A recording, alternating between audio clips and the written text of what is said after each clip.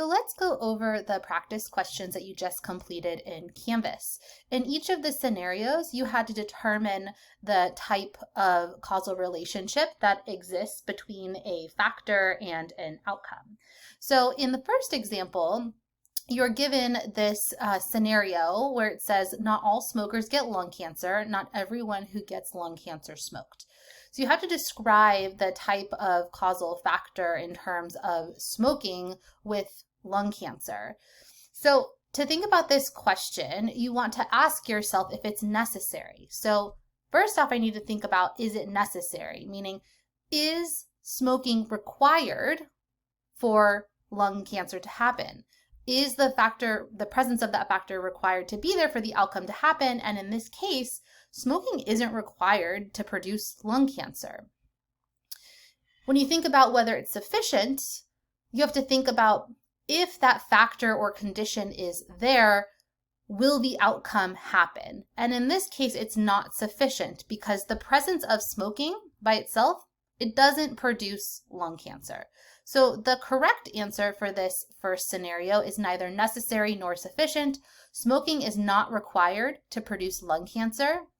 And just because someone smokes, that does not mean that lung cancer is going to happen. So it's also not sufficient. So it's neither necessary or sufficient.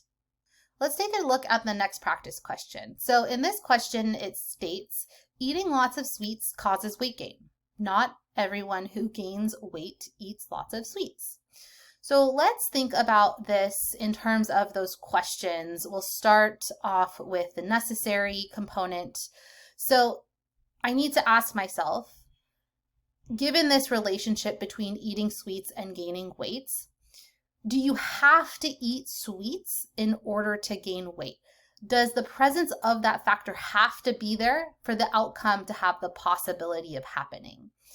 And I know that eating sweets is not required for somebody to gain weight. I can gain weight from other causes, so it's not a requirement that I have to eat a bunch of sweets in order to gain weight. So I know it's not necessary.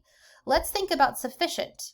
So in terms of something being sufficient, if it's present, that means the outcome is going to happen.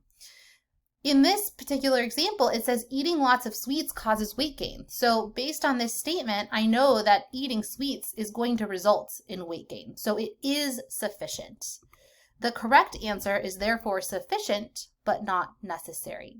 It's sufficient because eating lots of sweets will produce the outcome, gaining weight, but it's not necessary in the sense that I don't have to eat sweets in order to gain weight. Let's go on to the third question. So Tay-Sachs disease is a rare gene mutation passed from parents to their child. Everyone with the mutation will eventually develop Tay-Sachs. No one without the mutation will ever get it. So I need to think about asking myself these questions. First off, if it's necessary.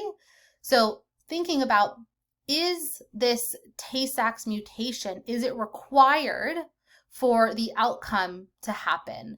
And in this particular example, you have to have that genetic mutation in order for that disease to happen. So yes, it is necessary. You have to have the Tay-Sachs mutation in order for someone to develop the disease.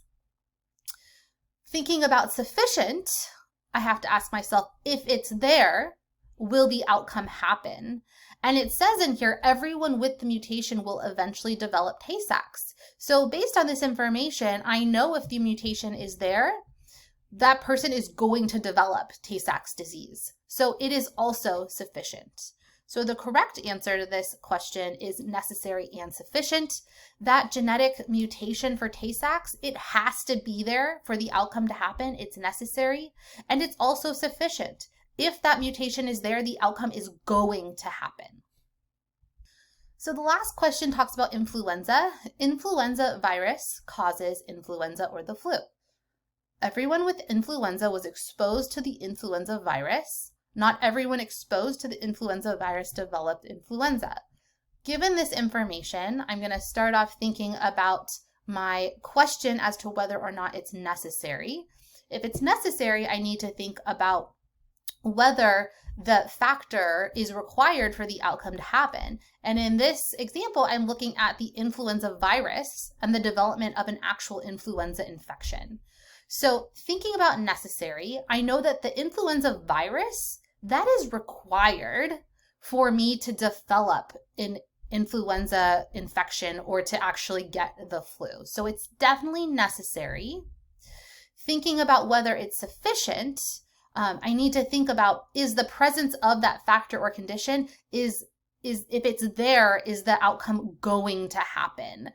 And in this case, the question says, not everyone exposed to the influenza virus developed influenza, meaning that not everyone who was exposed developed the outcome. So just because that factor or that condition is present, it doesn't mean that you're actually going to get the outcome, which is influenza.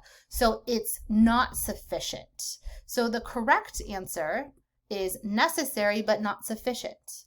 The influenza virus is necessary because I have to have that viral exposure in order to develop influenza or the flu. But it's not sufficient because the influenza virus, if you have that exposure, it does not mean that the outcome is going to happen.